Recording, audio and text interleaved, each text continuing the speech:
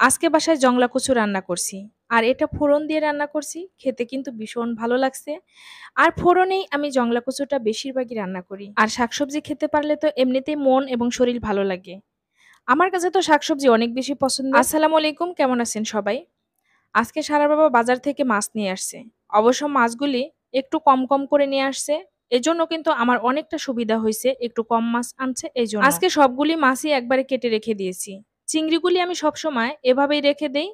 কিন্তু আজকে ভাবলাম চিংড়িগুলিও কেটে রেখে দেব। যাতে এই কাজগুলা পরবর্তীতে আর করতে না হয়। আর একবারে কাজগুলি গুছিয়ে উঠালে সেগুলি করতেও ভালো লাগে।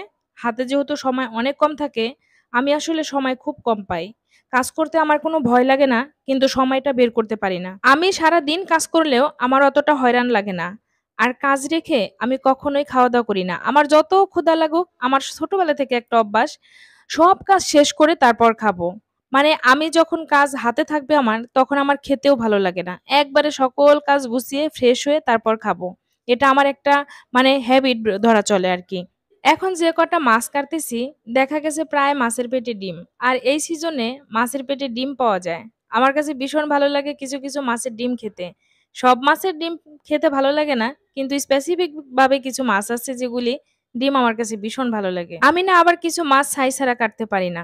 বাসার ভিতরে ছাই এনে রেখে দিয়েছি। গ্রাম থেকে আসার সময় দেখা যায় ছাই নিয়ে আসি, সেগুলি দিয়েই কাটি। আর এখানে ব্রয়লার মুরগি সারামণি খুব পছন্দ করে। ওর জন্য এনে রেখে দিলাম। আর একটু মুরগির যে হাড়-গুড় থাকে সেটা রান্না করে নিলাম আমাদের জন্য। সারামণিও খাবে। আর চিংড়ি মাছ তো সারামণি খুব পছন্দ করে এবং বাড়ির সবাই পছন্দ করে। আমিও ভীষণ পছন্দ করি। আমার ১ থেকে ২ টা চিংড়ি মাছ যদি হয় তাহলে খাওয়া হয়ে যায়। আমার অন্য খাবার আর লাগে না তখন তরকারি। ওই তরকারিতেই খাওয়া শেষ হয়ে যাবে আমার। এরকম একটা অবস্থা। যাই হোক, এদিকে কিন্তু মাংসটা রান্না করে নিয়েছি আর চিংড়ি মাছটাও কিন্তু রান্না করতেছি। একটু ভুনা করতেছি আরকি। যেহেতু সারামণি পছন্দ করে, সবাই ১ পিস ১ পিস খাবো, এইজন্য একটু কম, কম করেই নিলাম। আর যে জংলি কচু যেটার কথা বলেছি, এটা কিন্তু আমি আজকে রান্না করব। এটা বাড়ি থেকে নিয়ে আসছিলাম।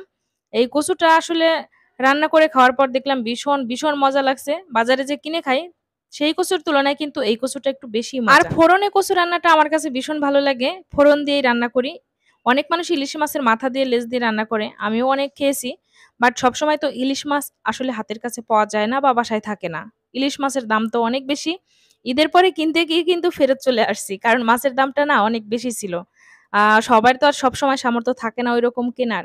যাই হোক, ফোড়নে কচু শাকটাও কিন্তু মন্দ লাগে না। আমার কাছে ভীষণ ভালো লাগে। পরিবারের সবাই খেয়ে খুবই প্রশংসা করে যে কচু শাকটা রান্না অনেক ভালো হয়েছে। আপনারা চাইলে ফোড়ন দিয়ে এভাবে রান্না করতে পারেন। আমি যেভাবে রান্না করছি। আর গরম, গরম ভাতের সাথে ১ স্লাইস লেবু হলে এভাবে যদি খান তো একেবারে মন ভরে খেতে পারবেন। আমার কাছে তো ভীষণ ভালো লাগে সবুজ যেকোনো শাকসবজি হোক। আমার তো মনে হয় কাঁচাই খেয়ে ফেলি সবুজ কিছু দেখলে। যখনই পাতে আমার একটু শাকসবজি থাকে তখন কিন্তু আরামায়েশ করে খাওয়াটা হয়। আমি মাছ-মাংসের চাইতে আমার সবুজ শাকসবজি একটু বেশি পছন্দ। কিন্তু ব্যতিক্রম হলো আমার হাসব্যান্ড। সে কিন্তু উল্টা।